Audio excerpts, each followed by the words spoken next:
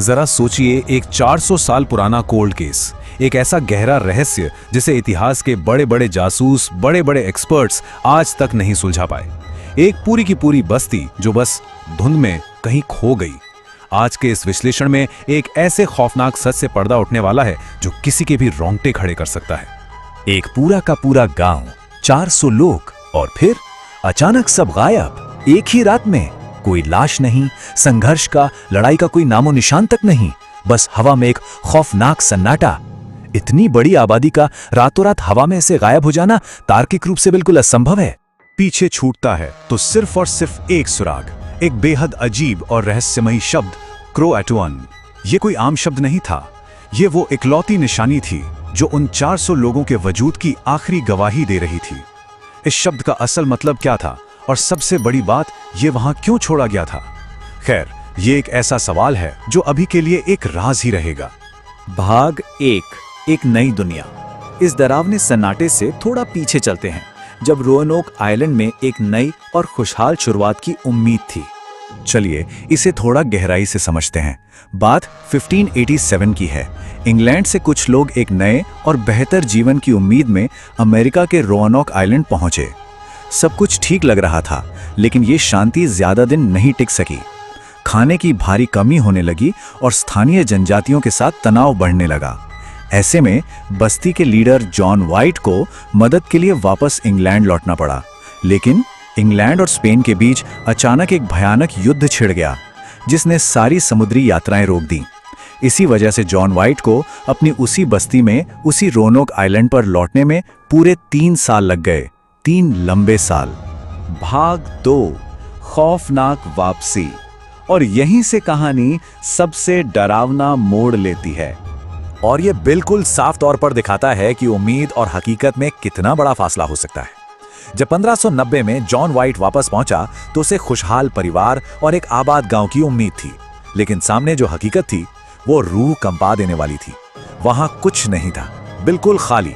चूल्हों में कोई आग नहीं जल रही थी, दूर दूर तक किसी इंसान की कोई आवाज नहीं। पूरा का पूरा गांव जैसे इतिहास के पन्नों से ही मिटा दिया गया था।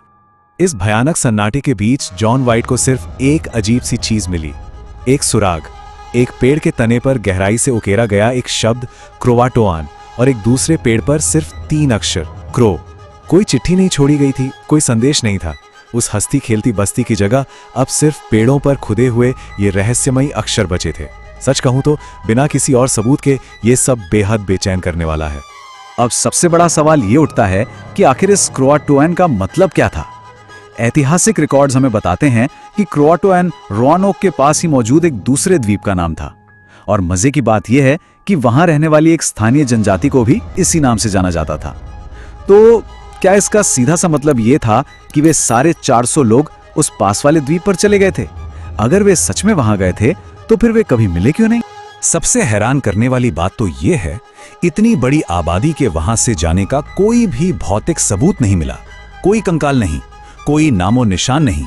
400 लोगों का बिना कोई साक्ष्य छोड़े, बिना कोई निशान छोड़े हवा में विलीन हो जाना, ऐसा लगता है जैसे ये कोई गहरा षड्यंत्र हो। वैज्ञानिक नजरिया भी यहां आकर पूरी तरह फेल हो जाता है। भाग 3, गायब होने की थ्योरी। चलिए आगे बढ़ते हैं और देखते हैं कि ये सब कैसे जुड़ता है और इतिहास ने इसे सुलझाने की क्या कोशिशें की हैं। पिछले 400 सालों में जांचकर्ताओं और इतिहासकारों ने 3 प्रमुख थ्योरीज सामने रखी हैं। पहली थ्योरी है पलायन। ऐसा माना जाता है कि शायद भुखमरी और कड़ाके की ठंड के कारण वे पास के क्रोएटोआन द्वीप पर चले गए होंगे। दूसरी थ्योरी है हमले की। हो सकता है किसी स्थानीय जनजाति के साथ हिंसक संघर्ष हुआ हो और पूरी बस्ती खत्म कर दी गई हो। और तीसरी, जो शायद सबसे खौफनाक थ्योरी है, कि जिंदा बचने की जद्दोजहद में वे छोटे छोटे गुटों में बंट गए, घने जंगलों में भटक गए और प्रकृति के कठोर नियमों के आगे हार कर हमेशा हमेशा के लिए खो गए।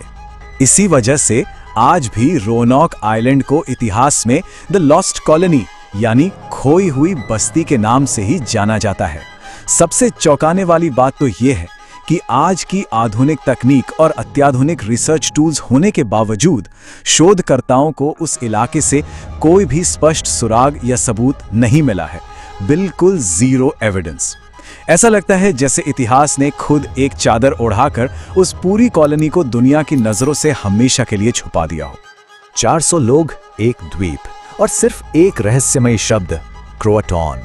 सदियां बीत चुकी हैं, लेकिन सवाल आज भी वहीं का वहीं खड़ा है। क्या वो लोग सच में उस रात अपनी मर्जी से कहीं और चले गए थे, या फिर किसी ने उन्हें कभी उस द्वीप से बाहर जाने ही नहीं दिया?